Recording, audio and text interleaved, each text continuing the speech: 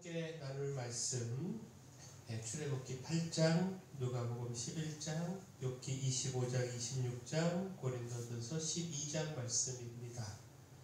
함께 나눌 주제는 간구입니다. 우리가 이렇게 간구해야 한다는 겁니다. 이렇게 간구하는 기도에 하나님이 응답하신다라는 겁니다. 자, 먼저 진실한 간구입니다. 거짓 없이 진실하게 간구해야 합니다. 출애굽기 8장은요, 애굽에 내린 둘째 재앙, 셋째 재앙, 넷째 재앙, 곧 개구리와 이와 파리 재앙을 기록하고 있습니다. 특별히 주목할 말씀이 바로의 진실하지 못한 간구입니다. 출애굽기 8장 8절을 보면 바로가 모세와 아론을 불러 이르되 여호와께 구하여 나와 내 백성에게서 개구리를 떠나게 하라. 내가 이 백성을 보내리니 그들이 여호와께 제사를 드릴 것이니라. 개구리 재앙으로 인하여 고통을 당하자 바로는 모세와 아론을 불러서 여호와께 구하여 개구리를 떠나게 해달라 간구했습니다. 더불어 하나님의 명령대로 이스라엘 백성을 보내겠다 약속했습니다. 그러나 바로의 이와 같은 약속은 거짓이었습니다.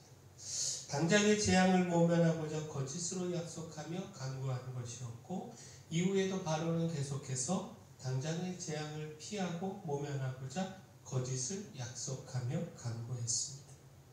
물론 하나님은요, 바로의 이와 같은 거짓된 간구 모르지 않으셨습니다.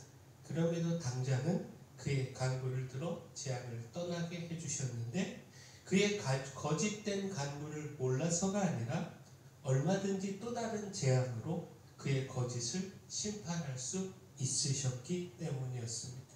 그의 거짓된 간구가 또 다른 재앙과 심판을 낳는다는 사실을 보여주신 겁니다. 결국 이 말씀은요, 거짓된 간구로는 아무런 해답도 볼 수 없음을 가르쳐 줍니다. 진실함으로 드리는 간구가 하나님의 참된 응답을 가져온다라는 겁니다. 그 당장의 상황만 모면하고 그렇게 하려고 거짓을 구하는 이것은 어리석은 일입니다. 결코 하나님을 속일 수 없음을 깨닫고 진심으로 하나님 앞에 간구해야 합니다. 진실한 간구가 참된 응답으로 이어집니다. 또한 믿음으로 간구해야 합니다. 하나님은 불신이 아닌 믿고 구하는 기도에 응답하십니다. 욥기 26장은 빌닷에 대한 욥의 세 번째 대답으로 욥은 자신의 처지를 이해해 주지 않고 생각해 주지 않는 그의 가르침에 빈정대는 말로 대꾸하며 하나님의 권능과 주권에 대해 전했습니다. 곧 이것은 욥 자신도 창조주 하나님의 권능에 대하여 친구들보다 더 잘 알고 또 더 잘 찬양할 수 있다라고 하는 것, 이것을 주장하는 것으로 이해가 됩니다. 그 세 친구들이 생각하는 것처럼 자신이 하나님의 능력을 모르고 그래서 하나님 앞에 범죄하고 이런 고통을 겪는 것이 아님을 항변한 것입니다. 오히려 그 친구들보다 더 잘 알고 더 잘 찬양하고 높일 수 있다라고 하는 사실을 드러내므로 그들이 욥 자신에 대하여 주장하며 비난하는 이야기들이 얼마나 잘못됐는가, 이것을 나타내고자 한 것이다 라는 겁니다. 아무튼 욥이 전한 하나님의 권능에 대해 살펴보면 욥기 26장 14절에 보라, 이런 것들은 그의 행사의 단편일 뿐이요 우리가 그에게서 들은 것도 속삭이는 소리일 뿐이니 그의 큰 능력의 우레소리를 누가 능히 헤아리랴. 헤아릴 수 없는 하나님의 크고 놀라운 권능과 주권을 전하고 있는데, 곧 욥은 하나님의 권능에 미치지 못하는 것이 없으며 창조주로서 불가능한 것이 없고 모든 대적들을 능히 물리치심을 이야기했습니다. 근데 그 모든 것들이 하나님께서 행하시는 일의 일부에 지나지 않는다라는 겁니다. 하나님께서 행하시는 일은 사람이 결코 측량할 수 없을 만큼 크다는 겁니다. 자, 결국 무엇입니까? 이와 같은 하나님의 권능은 우리가 기도할 때 어떻게 기도해야 하는가, 곧 믿음으로 기도해야 한다는 사실, 이거 가르쳐 주지 않습니까? 권능의 하나님께서 능히 내게 응답하실 수 있음을 믿고 믿음으로 간구해야 한다는 사실, 믿음의 간구가 응답으로 이어진다는 사실을 우리로 돌아보게 한다라는 겁니다. 또한 우리는요, 바른 것을 구해야 합니다. 거짓으로 구하는 것, 욕심으로 구하는 것, 이것 없어야 합니다. 고린도전서 12장은 한 분 성령을 통해 나타나는 많은 은사에 대하여 가르치고 있고, 또한 그리스도의 몸으로서 교회 공동체는 많은 지체가 있으나 결국 한 몸을 이룸을 가르치고 있습니다. 고린도전서 12장 11절에 이 모든 일은 같은 한 성령이 행하사 그의 뜻대로 각 사람에게 나누어 주시는 것이니라. 성령의 다양한 은사들을 말씀하며 이 은사들을 한 성령이 그 뜻에 따라 각 사람에게 나누어 주심을 전하고 있는데, 자, 결국 무엇입니까? 이 말씀을 대하며 우리가 기도할 때 힘써 하나님께 우리에게 필요한 은사를 구해야 함을 깨닫게 되지 않습니까? 곧 하나님의 교회를 세우고 사명을 감당하기 위하여 하나님의 뜻대로 은사를 주시기를 바르게 구해야 한다라는 겁니다. 고린도전서 12장 31절도 말씀을 보면 너희는 더욱 큰 은사를 사모하라. 내가 또한 가장 좋은 길을 너희에게 보이리라. 자, 더욱 큰 은사를 사모하라고 가르치고 있는데, 더욱 큰 은사는 사랑을 의미합니다. 곧 성령의 은사에 사랑을 사모하여 답지 아니하면 교회의 덕을 세워야 하는 은사가 문제를 일으킬 수가 있습니다. 사실 바울이 고린도 교회에 편지하며 은사에 대하여 가르치는 것은 이미 고린도 교회 안에 무분별하게 은사를 사용하는 사람들로 인하여 교회 질서가 깨지고 또 문제가 일어나고 있었기 때문입니다. 따라서 교회를 세우는 일을 위해 바르게 은사를 간구할 뿐만 아니라 여기에 무엇보다 사랑을 사모하고 구해야 한다는 사실을 가르친 것입니다.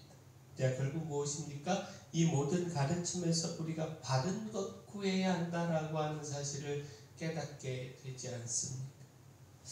헛된 욕심을 구할 것이 아니라 하나님의 교회를 세우고 맡기신 그 사명을 위하여 바른 것 구해야 한다라는 겁니다.